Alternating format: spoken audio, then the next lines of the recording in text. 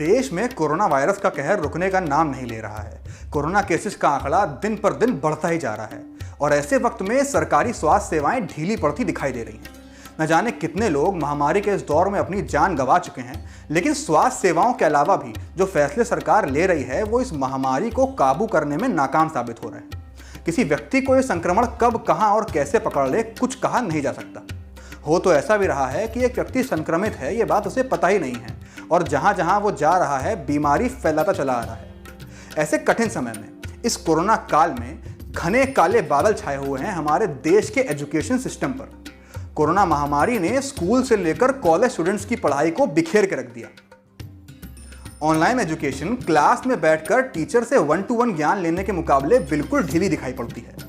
ऐसे में central universities का एंट्रेंस एग्जाम्स ऑर्गेनाइज कराना समझदारी तो नहीं कहा जा सकता, और वो भी ऑनलाइन नहीं, आपको सेंटर पे पहुंचकर एग्जाम्स देने हैं। संक्रमण का खतरा कितना बढ़ जाता है अंदाजा भी नहीं लगाया जा सकता। तो सरकार के इसी फैसले के बारे में थोड़ी चर्चा करेंगे आज हम भारत के लोग। ये वीडियो देखिए। मैं शत्रुघ्न तिवारी, छात्र BHU संस्कृत विद्या धर्म विज्ञान संकाय शास्त्री तृतीय वर्ष का छात्र हूँ। विगत 9 तारीख को यूपी B.Ed की परीक्षा खालसा बालिका इंटर कॉलेज वाराणसी में देने से ही लगातार मेरी तबीयत में गिरावट महसूस होने लगी थी, जिसके बाद मैंने 17 तारीख को कोविड-19 की जांच करवाई। 19 तारीख शाम 6 बजे रिपोर्ट पॉजिटिव आई। मैंने 4 दिन तक रूम पे रहा। उसके बाद न तो डॉक्टर आए न तो दवा मिली। उसके बाद मेरी तबीयत खराब होने लगी। कल 12 बजे BHU सर सुंदरलाल हॉस्पिटल में एडमिट हूँ। कल मेरा MA और आचार्य का एंट्रेंस की परीक्षा MA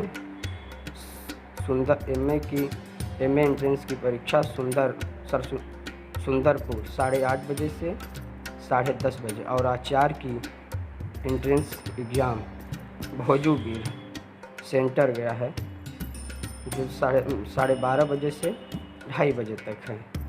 ऐसे में मेरी चिंता मेरे एग्ज़ाम के प्रति बढ़ती जा रही है।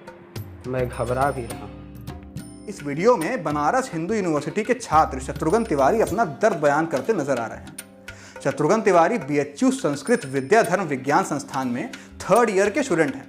9 अगस्त को यूपी B.Ed की परीक्षा देने के बाद से ही लगातार इन्हें अपनी तबीयत खराब लग रही थी। इन्होंने खुद को BHU के ही सुंदरलाल अस्पताल में भर्ती कराया और जांच होने पर इनकी कोरोना रिपोर्ट पॉजिटिव आ गई। मतलब साफ है कि B.Ed की परीक्षा देने गए और वहां से संक्रमण लेके लौटे। अस्पताल में भी इनको उचित इलाज नहीं मिल रहा।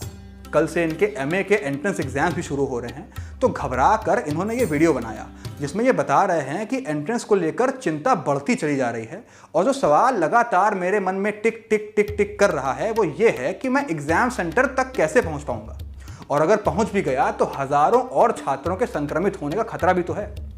यहाँ मेरे मन में सवाल ये आता है कि अगर ये एग्जाम सेंटर पहुंच भी जाते हैं तो क्या इन्हें एग्जाम देने भी दिया जाएगा, और खुदा ना खास्ता अगर इस विद्यार्थी को कुछ हो जाता है तो इसकी जवाबदेही किसकी होगी। शत्रुघ्न का सेंट्रल यूनिवर्सिटीज और सरकार से कहना है कि महामारी के इस दौर में एग्जाम्स करवाकर बच्चों की जान को खतरे में डालना उचित नहीं है। अगर आगे चल के मुझे कुछ हो जाता है तो उसका जिम्मेदार सिर्फ और सिर्फ प्रशासन होगा। अब चलिए थोड़ा जनरल वे में बात करते हैं। मान लीजिए कि एक स्टूडेंट जो असम की या बिहार की बाढ़ में फंसा है, उसका एग्जामिनेशन सेंटर वेस्ट बंगाल पड़ता है, और ये कोई आइडियोलॉजिकल बात नहीं है, ऐसा होता है। सेंटर वेस्ट बंगाल पड़ता है तो अपने शहर से एग्जाम सेंटर तक पहुंचना कितना चैलेंजिंग हो गया, क्योंकि ट्रांसपोर्टेशन की हालत तो वैसे भी खस्ता है।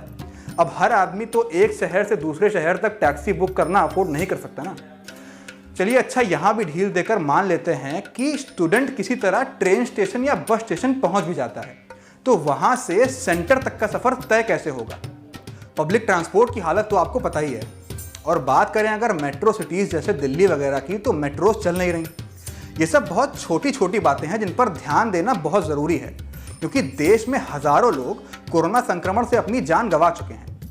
क्या सरकार और प्रशासन भूल गए हैं कि ये जो स्टूडेंट्स हैं ये भी हमारे ही देश का एक हिस्सा हैं? और वैसे भी ऐसी जानलेवा परीक्षाएं करवाकर क्या फ़ायदा। सुप्रीम कोर्ट ने JEE और नीट के एंट्रेंस एग्जाम्स की हियरिंग करी, तो वो भी ऑनलाइन कॉन्फ्रेंस पर हुई। 5 मिनट में हियरिंग पूरी हो गई। कोर्ट्स अभी खुल नहीं रहे, पार्लियामेंट अभी ठीक से खुल नहीं रहा, तो ऐसे कठिन समय में स्टूडेंट्स को ही फायरिंग रेंज में क्यों खड़ा किया जा रहा है? एग्जाम करवाकर बच्चों को खतरों के बीचों बीच क्यों रखा जा रहा है? जो चीज़ डिसेंडिंग ऑर्डर में होनी चाहिए थी वो असेंडिंग ऑर्डर में क्यों हो रही है? यहाँ तक कि एक्सपर्ट्स ने भी कह दिया है कि अगर इस साल का एकेडमिक सेशन दिसंबर से भी शुरू किया जाए तब भी स्टूडेंट्स का साल बर्बाद होने से बच सकता है। तो सेंट्रल यूनिवर्सिटीज़ को ऐसी कौन सी जल्दी है एंट्रेंस एग्जाम्स करवाने की? जब फॉर्म्स वगैरह भरे जा रहे थे तब माहौल थोड़ा ठीक था। धीरे धीरे कोरोना ने एक महामारी का रूप ले लिया।